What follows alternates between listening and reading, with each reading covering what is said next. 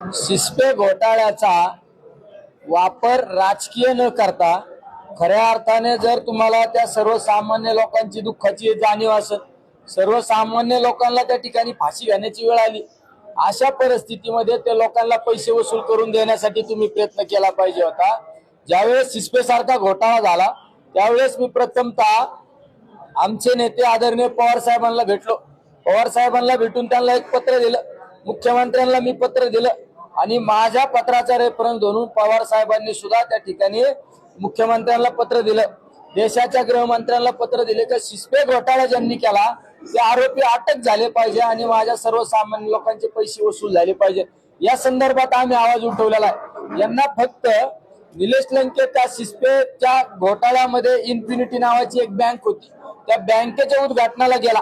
त्या बँकेच्या उद्घाटनाला आदरणीय अण्णासाहेब हजारे यांचं नाव होतं, पोपटराव पवारांचं नाव होतं, वेगवेगळ्या राजकीय पक्षांच्या आमदार खासदारांचे नाव होते, पोलीस अधिकाऱ्यांचे नाव होते। याचा अर्थ मी त्या ठिकाणी गेलो, याचा अर्थ आम्ही त्यात इन्व्हॉल्व आहे का?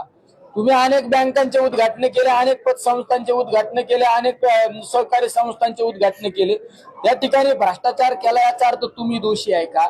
हे पाहिलं पाहिजे। फक्त राजकीय आपल्या स्वार्थासाठी त्या सर्वसामान्य लोकांना विटीस धरण्यासाठी फक्त कुणाला तरी आरोप करायचा, कुणीतरी आपल्या बगल बच्चांना पुढे घालायचं आणि आरोप करायचे।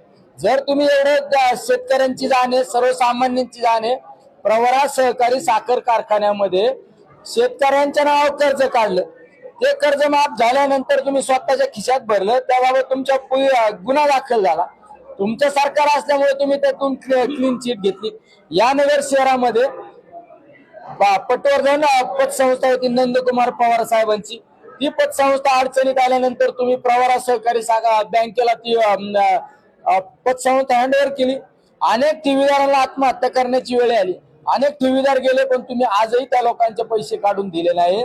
तुमच्या शहरामध्ये अनेक वेगवेगळ्या योजना आल्या, अनेक लोकांनी करोड रुपयाचा भ्रष्टाचार केला, त्या ठिकाणी बोलणं आवश्यक होतं। आज तुम्ही नगरमध्ये बोलण्यापेक्षा सिस्पे घोटाळ्याला 7 महिने झाले, 8 महिने झाले, तुम्ही आतापर्यंत मुख्यमंत्र्याला भेटायला पाहिजे होतं, देशाच्या गृहमंत्र्याला भेटायला पाहिजे होतं, पण यामध्ये फक्त राजकीय पोळी वाजायची। जर त्यामध्ये माझा सहभाग असता तर मी एखाद्याला सांगितलं असतं की तू पैसे टाक, या ठिकाणी हे कर, असा कुठलाही माझा संबंध नाही। फक्त आपल्या राजकीय पोळी वाजण्यासाठी त्यांना प्रत्येक व्यासपीठावर गेल्यानंतर निलेश लंकेचं नाव घेतल्याशिवाय त्यांची सभेला सुरुवात पण होत नाही आणि सभेचा शेवट पण होत नाही।